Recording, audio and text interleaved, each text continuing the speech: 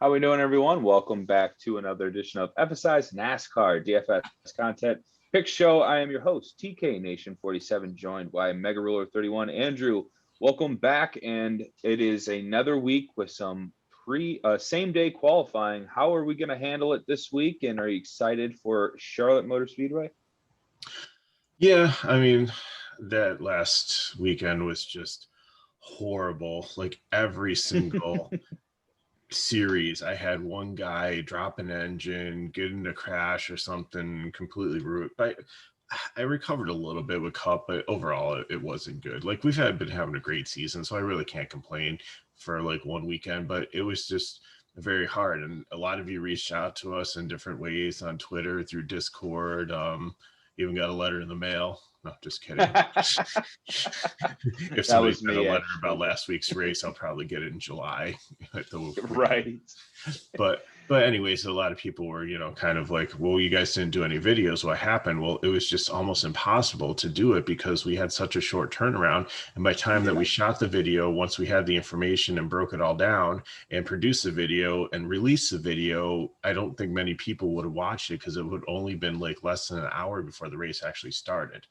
So what I did was, and it was hard too because it was a newer track. A lot of the series hadn't run on it. There wasn't really a lot of background data. But now we're at Charlotte, and these series have each run on this track, so that there is a lot of good data. So I took last year's Charlotte race for the trucks. I'll do the same for Xfinity and for NASCAR. I took other similar tracks to it.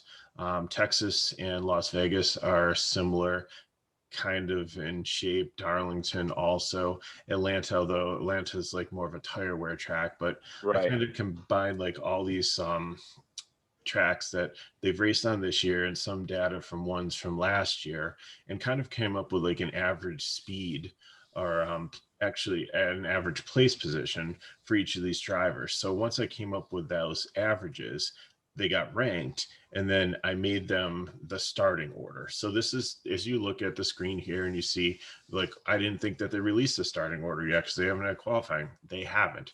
We were just using data to kind of create a model, which is going to give us a starting order to go upon, and then let the rest of my sheet take over like it normally does and predict finish, predict laps led, predict fastest laps based on season data and track data. So hopefully we can go through, and again, it gives us a little bit of projection, but it might show us like where things might start to pop a little bit, where people might score really well and we don't expect it, or people look a little bit less.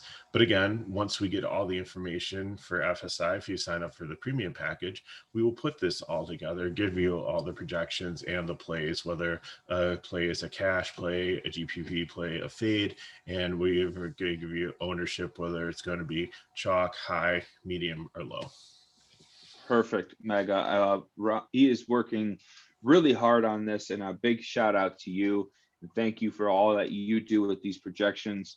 I love this. This was kind of a week saver. He had messaged me and told me same day qualifying again. I pretty much spazzed out. Just not a big fan of that. I like getting my information ahead of time. I like scoping out my plays a couple days before, but this really does help us out, and at least it does anything. It tells us who's fast on correlated tracks. Now that's something we typically look at every week, but from here we can really have a good magnifying glass on it, and pretty excited about going over this and knowing who the faster cars are. And then obviously when qualifying happens, like you said, we can plug the starting positions in, recalculate the model, let it do its job, and then we can figure out who we had already talked about as a potentially good play could maybe turn into an even better play, or maybe they turn into a fade. So highly suggest you guys do get involved with us here at FSI. Get to this Discord channel. It's on our Twitter handle at FSI_DFS. That link is in the bio. Sign up. It's weekly, monthly, seasonally. If you like what you're hearing, you can get this projections model come race day for all 3 series, and then you'll get core lineups to start you out. Like you said, those ownership plays. I highly suggest it, especially since this doesn't look like it's going to go away. Mega, I think this is not going to be the first or last time we see these same day qualifyings. I think NASCAR is trying to get back into some practice data.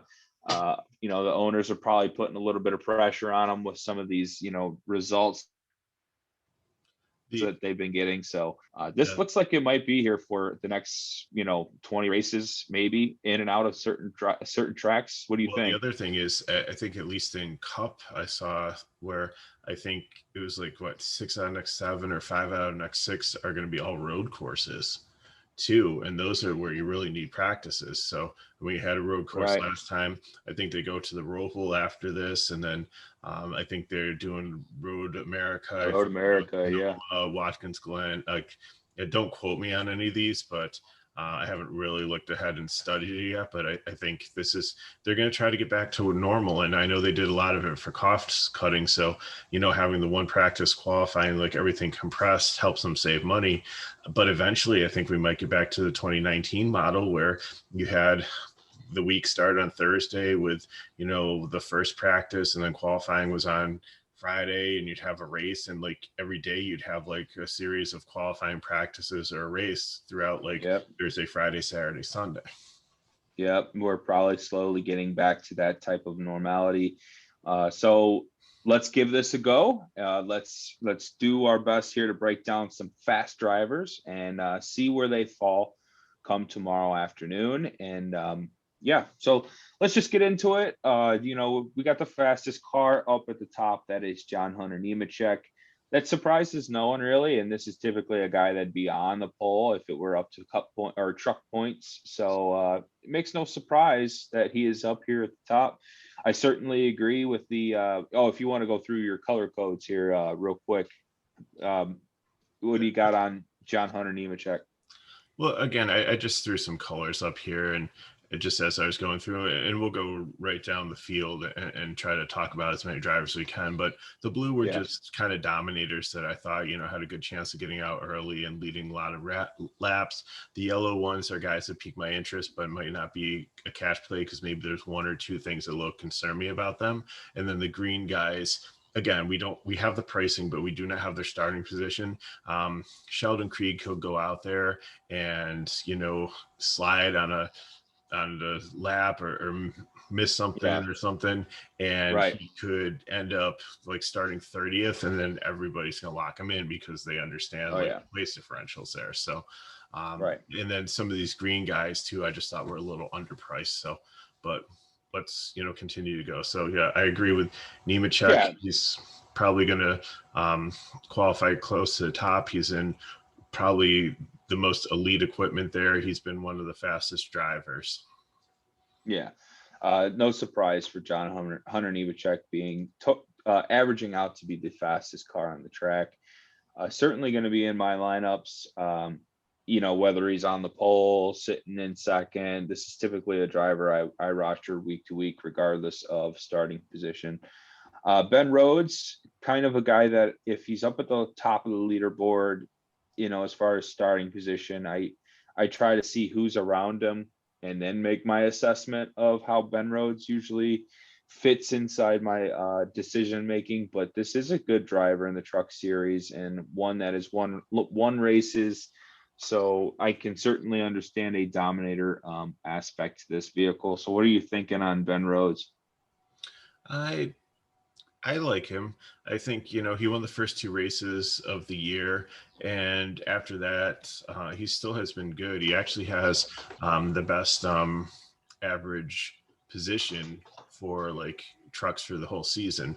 This compression here is just like the tracks that we are looking at that are similar to the track that they're going to be on.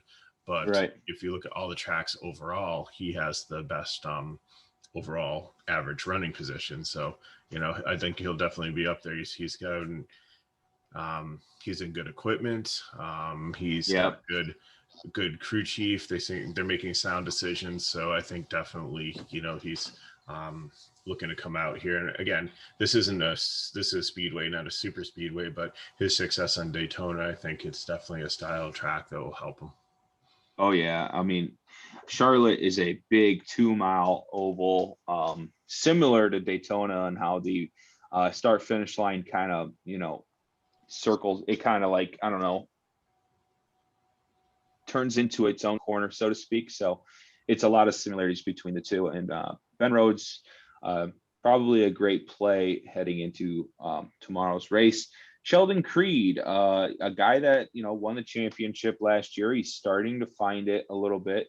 That team, that number 2 team, they're getting a little hot. And I've been kind of riding this little bit of form with Sheldon Creed, and I'm certainly hoping for either a prime 1, 2, or 3 spot for Sheldon Creed, or I'm hoping he's in like the teens, because I like rostering this driver and I think he's starting to heat up. What are your thoughts on Creed?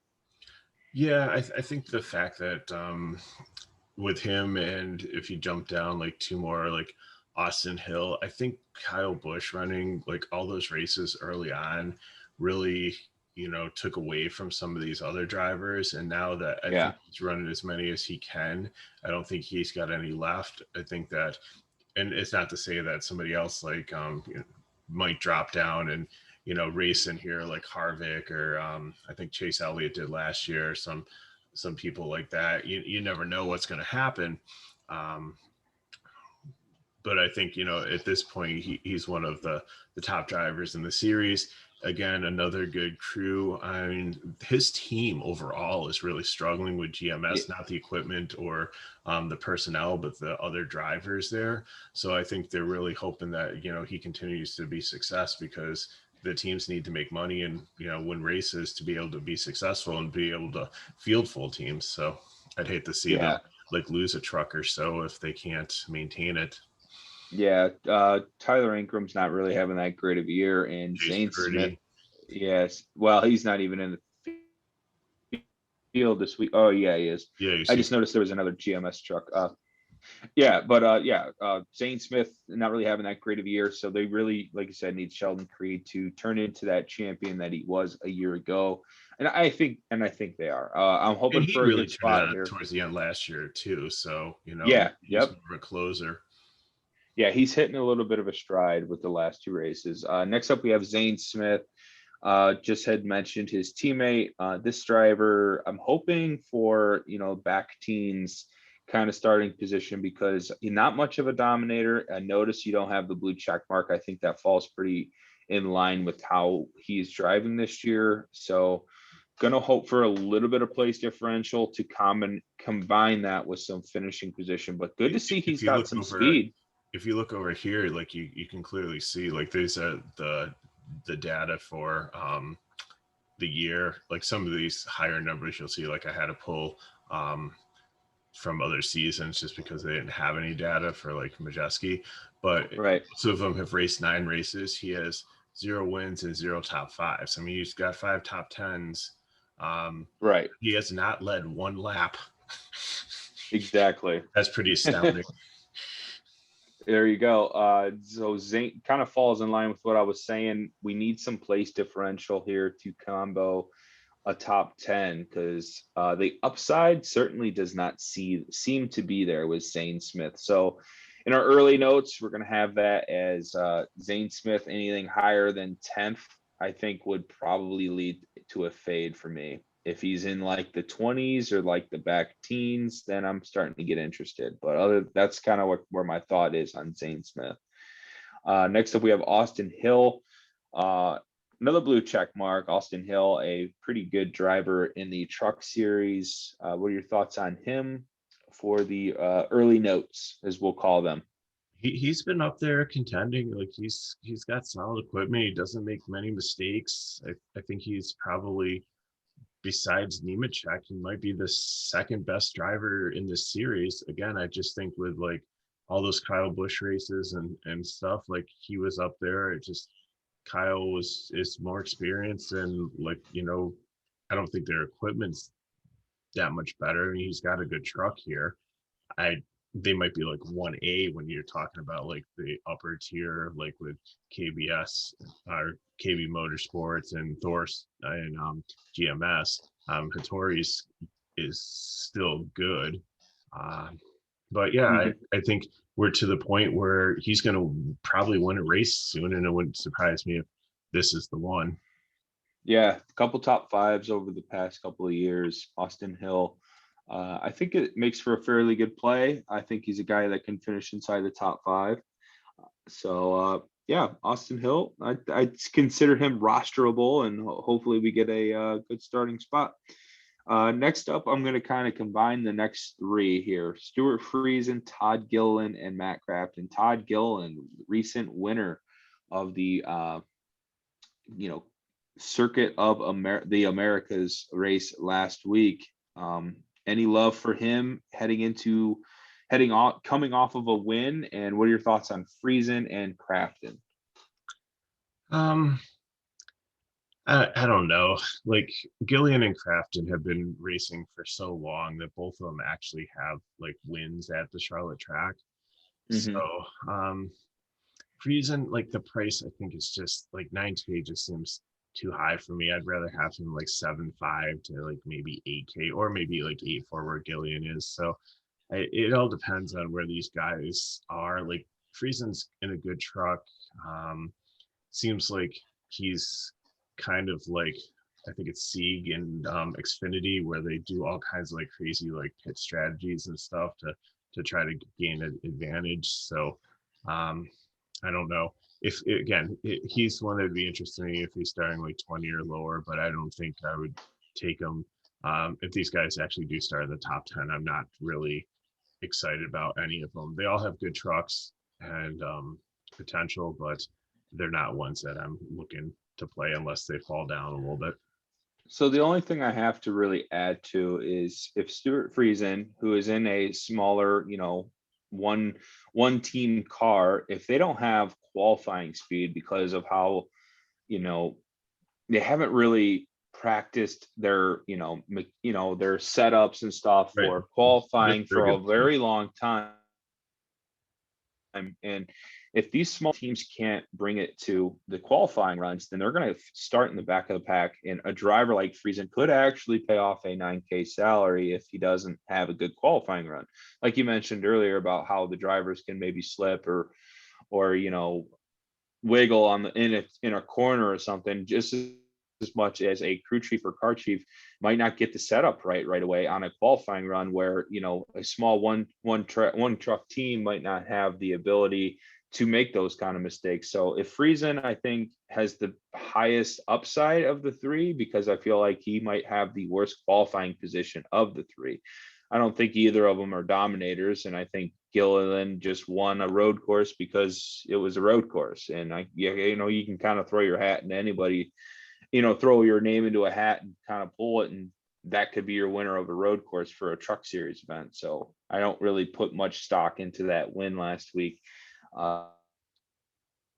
So I don't know. I think that'd be a fair assessment. What are your thoughts? Well, let's check out the magic of the sheet here. So it has them based on like historical data and stuff, finishing seventh. So Right. let's make his wrong one. Oops. Let's make his starting position 26th. Okay. I think that'd be a fair if things went wrong. That's going to give him 19 place differential points because we can see him ending up in the top 10 and Yeah. 60 TK points. He would have the second highest score behind John Hunter Neverchuk. Yeah. So, Yep. so yeah, I definitely see that. Let's hope for a couple of mishaps in qualifying from Stuart Friesen, a guy that we're looking at here for some place differential. Okay, yeah. So going into the next three here, we have Johnny Sauter, Ty Majeski, and Christian Eckes. Now, all three are got a yellow tag on them, so I'm going to let you kind of take it away with some of these Thor Sport Racing trucks. What are your thoughts here? What's with the color codes? Well, Sauter is a little bit runs into trouble sometimes. Yeah, So a little bit. so that's my concern there. Majeski has not raced yet this year, It's but the first time I've seen his name this year. but Yeah. I was last year. I think he finished in his average running position was in the top 10, and he was in a much worse truck. So Right. I mean, he's got some good equipment here. He's been an unlucky driver. I think he was like in a niece truck last year, and if he could take that to the top 10, then what can he do in a sports truck? So Yeah. it's all going to matter. It's all going to be like, where does he qualify? And maybe, hopefully, like sandbags or stuff, or maybe he's a little bit rusty. I Um, think that's a good case to make for Majeski for yeah, sure. in the call. But if you look at, I actually have it hidden here, but let me just unhide it for a second.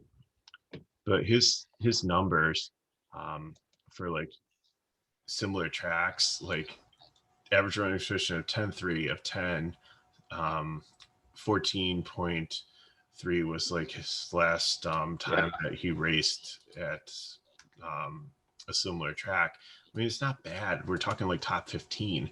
His Yeah. composite average is in the top 10.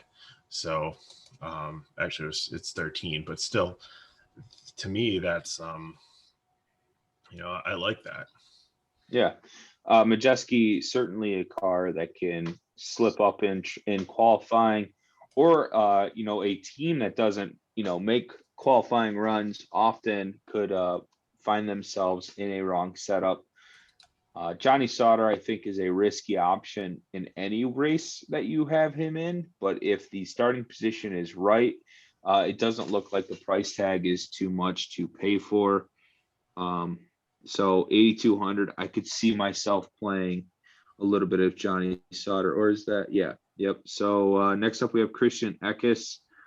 Splitting time, is he not with what's that, Grant Enfinger in this Uh, car? Or yeah, because Enfinger is in the Roper car this week, yeah, and him yeah, him and Eckes are, like he's had some good races. Like he's been had a couple of top fives this year. I think it was at Kansas, which is a very similar track to this. So he just yeah, seems a little bit underpriced for a Thor truck, and Majeski too. Like he's below 8K, so that's why like his price really popped to me too. So these guys, again, each one kind of have a little bit of a hiccup.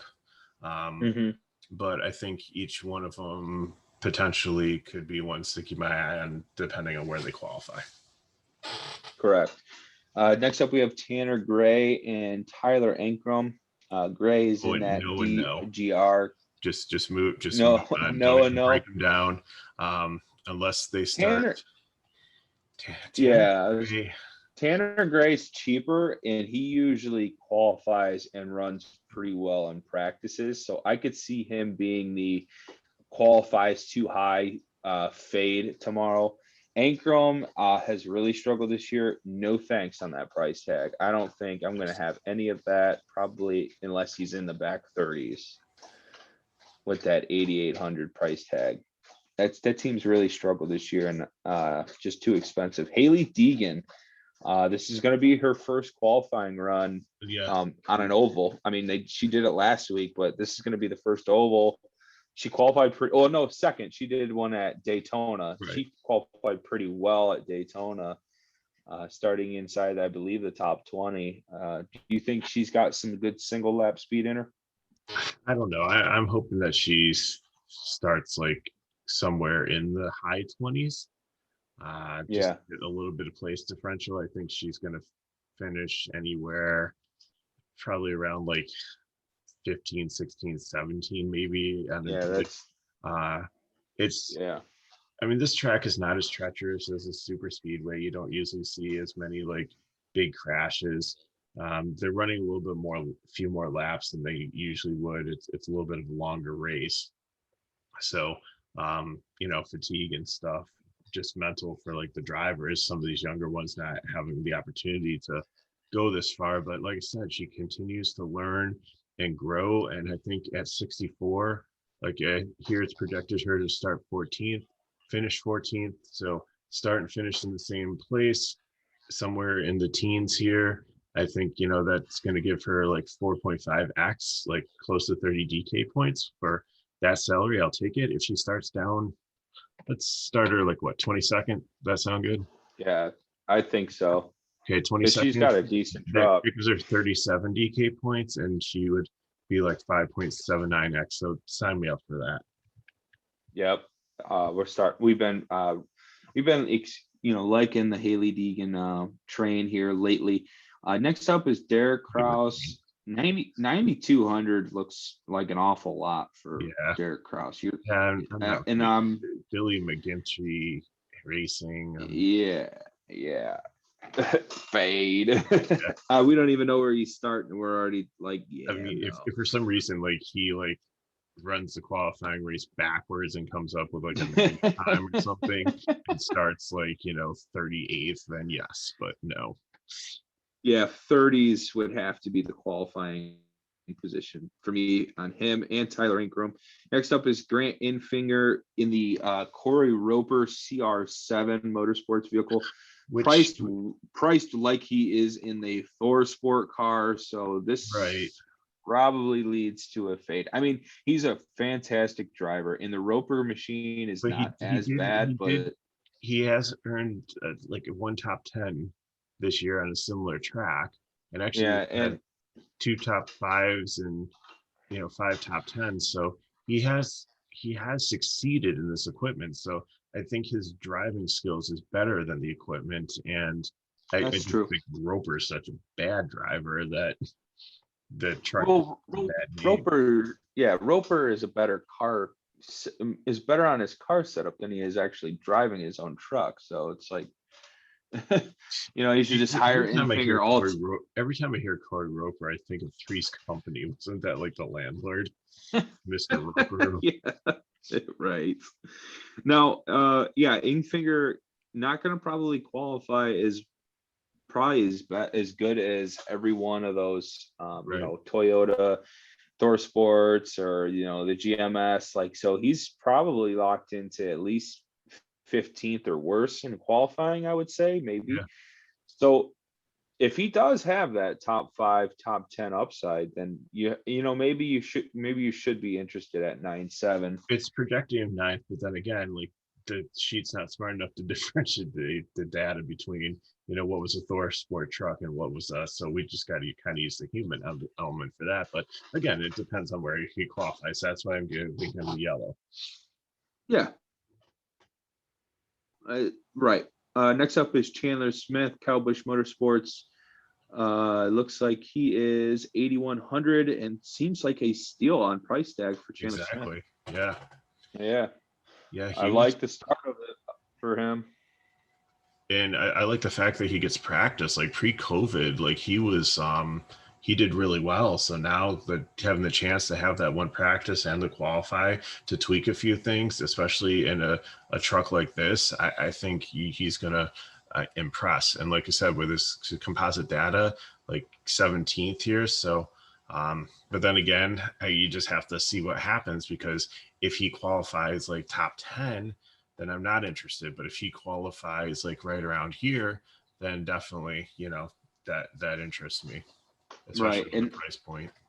And the thing about Kyle Busch Motorsports to keep in mind is that Kyle Busch himself is a driver that's better with practices, with multiple shots, longer periods of time on the track. So I just assume based on that narrative about Kyle Busch himself, the teams are probably going to be a little bit better with a little bit more data. So I could see Chandler Smith after practice, maybe 1 or 2 qualifying laps. He might actually qualify too high, but certainly a guy I'm not scared of rostering in GPPs. Any love for Bailey Curry and Austin Wayne Self? Look at Curly's salary. Are you kidding? I know. Let me just confirm this on the DK sheet. Yes, that is correct, folks. He is 9,400 for Bailey Curry. Oh boy, I know he's in the Nice truck, and I know it was Brett Moffitt's, but 94 is steep for a guy. Yeah. we're talking about a guy that's Are a they do they career think he's going to lap qualify like turner. 38th or something? Like, do they know something? Like, was there supposed to be some other guy in the truck when they registered it, so they know he's going to like start like at the back of the field and get scored from there? Like, does NASCAR has a crystal ball and know that he's going to like start 40th or something? Like, I just don't get this. If the DK algorithm is already predicting where they start, I'm gonna start questioning whether or not we live in a simulation. That just honestly, if they're calling their shot like, oh yeah, Bailey Curry's gonna wreck in practice and he won't be able to qualify, so he's starting 40th. Suck on that $94,000 price tag. No, I don't know. I think it has a lot to do with the truck. Logically explain it is that this is the pricing that you get when you have somebody that is going to start in the back and has a really good truck and it's going to move up. Like when like AJ Allmendinger, like, was like just first came to like Xfinity last year, or like when Ross Chastain or somebody like that. Okay, move on. And now Bailey Curry is not those drivers. Yeah, I mean, Bailey Curry is not those drivers. If you can't tell by the sarcasm and the jokes we're laying thick here, it's just this is a 6K driver like, and Bailey a Curry's mom's gonna watch this, and we're gonna get a thumbs down on the video. Watch. Oh, the super fan of Bailey Curry is coming after us for that one. Okay, moving on. Austin Wayne Self is typically a guy I roster because of the low price tag, and it already looks like the composite data is placing him exactly where he starts and finishes every week. So I'm not shocked by his mid-table data, and 6K. I think that can work for us. Yeah, definitely. He's on my radar for sure. Timothy Peters and Ryan Truex. I'm not a big Ryan Truex fan. He's always that 7K driver that's either like 20th or 35th. Like there is no in between for Ryan Truex. Like he'll run inside the top 10, but then you look at the end of the race and he's always between 20th and 35th. Like and it's just at 7K. I feel like anytime I've ever stretched to use Ryan Truex, it never worked. So that's my thoughts on him. And Timothy Peters is all qualifying based. Wherever he qualifies is how I dictate my thoughts on playing him or not. Your thoughts on these two? He is no top tens. He's led 3 laps. Wow. His average finishing position is 24th. His DNF is not that bad. It's at 11. I don't know. I just don't think this Rackley War team really has much speed. So I think that they'll maybe the only scenario I would see is if he starts like maybe 36th or 37th and you see clearly that he's going to pass like 5 trucks and get a low place differential for 66. But we definitely take Austin Wayne Self over him, or we're moving down. There's a couple other guys in the same ballpark that are much better plays. Okay.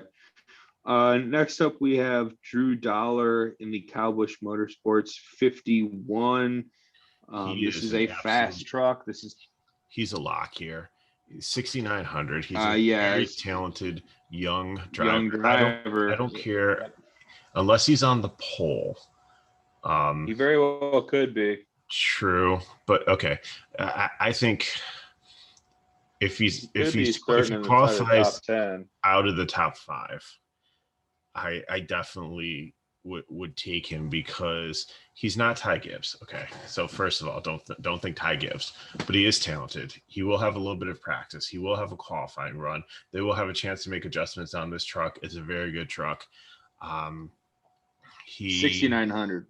He has raced once this year in the Truck Series, and he finished 10th. So I mean, 6,900 for a Cowbush truck. That's all I need to hear. That's all I need to hear. With a driver that's already driven and can finish 10th. So yes. He's had a couple races last year too. I remember the name. Unless he qualifies in the top 5, I'm probably locking him in. Right. Even then, at 6,900, I'm taking flyers. Carson Hocevar, in the 42 Nice Machine. He's had a pretty decent year, Yeah. and 6,100 is cheap. Yeah. Yeah. For this fast of a truck. I like Hocevar. Yeah, he's in the Certainly top like him 10 more for than Tanner average. Gray and Haley Deegan. I like him. Bailey Curry. I like Well, this look, price he's got tag. two top fives, three top tens. His average finish is 13.4. His average running position over all of the it falls into the top 10 of like all these trucks. So yeah, I really like it. Next up is Timmy Hill. Any love for Timmy Hill? Uh, Looks a little too expensive. yeah, yeah, 77. yeah, I'd rather play Hocevar. yeah. Hopefully, the unfortunate thing about Hocevar is that he's typically a driver that has good enough speed for, inside the top 15. But here goes that DK algorithm. Hocevar is going to start fifth. Yeah. Just so you can't play that 6,100 price Yep. tag. Next up is Chase Purdy and Spencer Davis. Maybe Purdy if he starts in like the 30s. Maybe 63. Yeah, It's not yeah. terrible. And Purdy's got good equipment, so hopefully he doesn't start pretty well. Like his average finish is 25th, so if he starts anywhere below that, then yes. All right. Spencer Davis. Yeah, he's just kind of there. 74. Yeah, he's not Danny Bond. On Point Motorsports, 6,700. Nothing really pops there. Again, I'd rather have Dollar or Hocevar or Austin Wayne Self in that price range. Haley Yep. Deegan. Uh, Yep.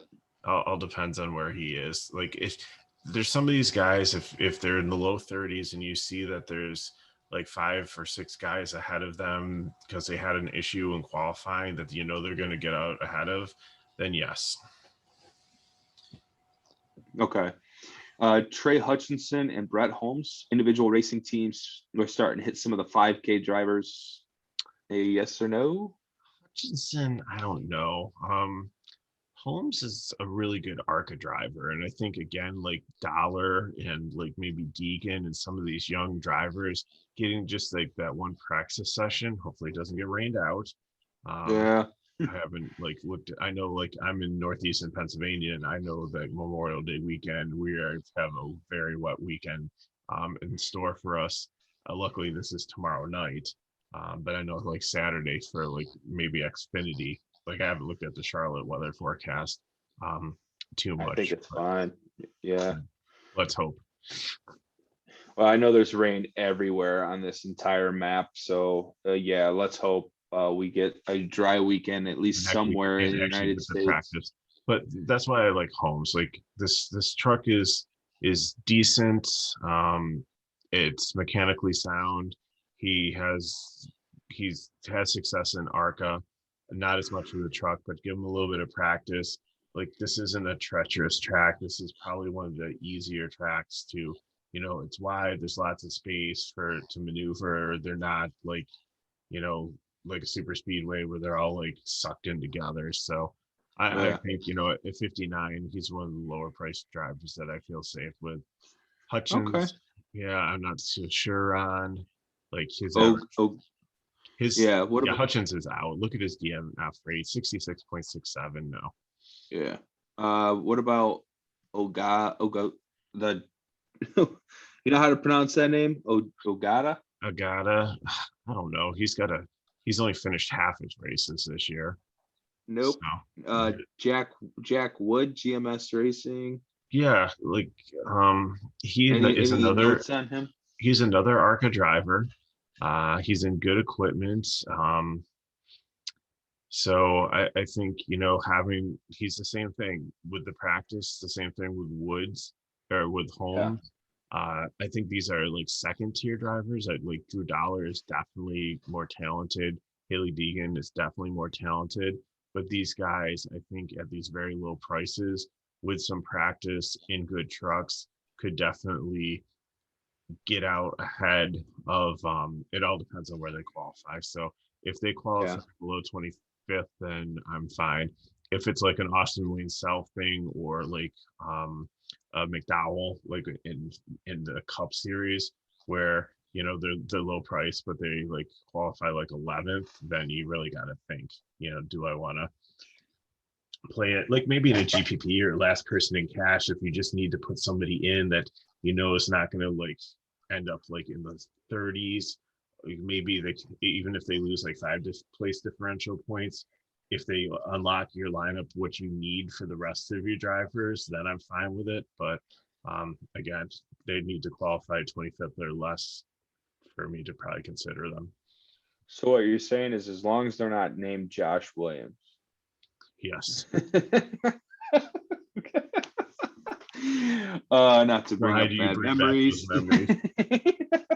Right. Moving on to Tate Fogelman. I don't He mind should- this car. He just needs to retire. Like he's just like No. Look at his I keep- stats. I'm Nothing. sucking the lifeblood out of this driver. No. Low 5K guy. That's always my low 5K guy. Okay. I mean, I'll give you that he's had like 0.38% of the fastest laps. So there is a little bit of life there. But he's only finished 2/3 of his races. Yeah. See, the thing about Tate Fogelman is how you get him right is you play him on those tracks. You play Tate Fogelman on those tracks that have dangerous restarts. Okay. So any track that like Darlington or like Phoenix, where they fan out and they get into these dangerous restarts, but it's like it's got to be like a mile and a half or a super speedway, like one of those tracks that you're gonna get 10 place differential points because of wrecks, and then he's going to be faster than all of the back end 5K drivers, and that's how he gets from like 35th to like 25th. It's the only way to play Tate Fogelman at like 5K, but then that gets you like your Kyle Busch, and like Right. he was always in my Kyle Busch lineups because I'm like, all right, if I can just get like 2 or 3 wrecks. Congratulations, you found the best of the worst. That's because as I look at everybody below him, there's nobody on this list that I would even consider. Yeah, everyone else from here on out is a complete fade. Yeah. And I can't even believe they gave Ray Cicerelli another shot at racing. Well, some of these guys might comments last year. I don't even know how many they're going to take, because when they had qualifying last week, in some series they took everybody, and other ones like where they normally take 40, they only took like 38. So yeah, we'll have to see like where the cut is. My thoughts are, with how big Charlotte is, they're going 40. Yeah. Yeah. Well, the more people you have, the more revenue you're generating. But Xfinity has 44 cars registered. Right. They'll have to cut. So yeah. All I need Fogelman to do is qualify 35th and be better than all the shitty cars, and I need 2 or 3 wrecks, and that's how he pays off his salary. But that's a big ask. Yeah. So after him, is there anything you can see as a viable play? No. All right. Again, it's all going to come down to what how things actually. Maybe Keith McGee. I don't know much about him. He's only had 1 race in 30, but he's in the Jordan Anderson truck, which isn't horrible. Yeah, no, it's not a terrible truck. Jordan Anderson probably a better driver, but right. Yeah. I mean, you'd love to see him in that truck, but yeah, decent truck in case they qualify pretty bad. All right, well, I think that went pretty well for our first trial run with the new composite data, as you called it, on average speeds and correlated tracks, and going model heavy this week with a little kick of what we know about the drivers. And then as I alluded to at the beginning of the show, if you have made it this far, you can find our link to the Discord on the Twitter handle at FSI_DFS. You're going to want to see these core projections when the starting positions change, and you're going to want to get to our core lineups for all of a starting premium pack for you for your NASCAR weekend. NASCAR weekend events. We got all 3, so it's going to be fun. And Mega, thank you for doing this. Thank you for sharing your model with us and giving us the opportunity to have something to chew on until we get to that qualifying positions. Is there any final thoughts you want to add before we move on out?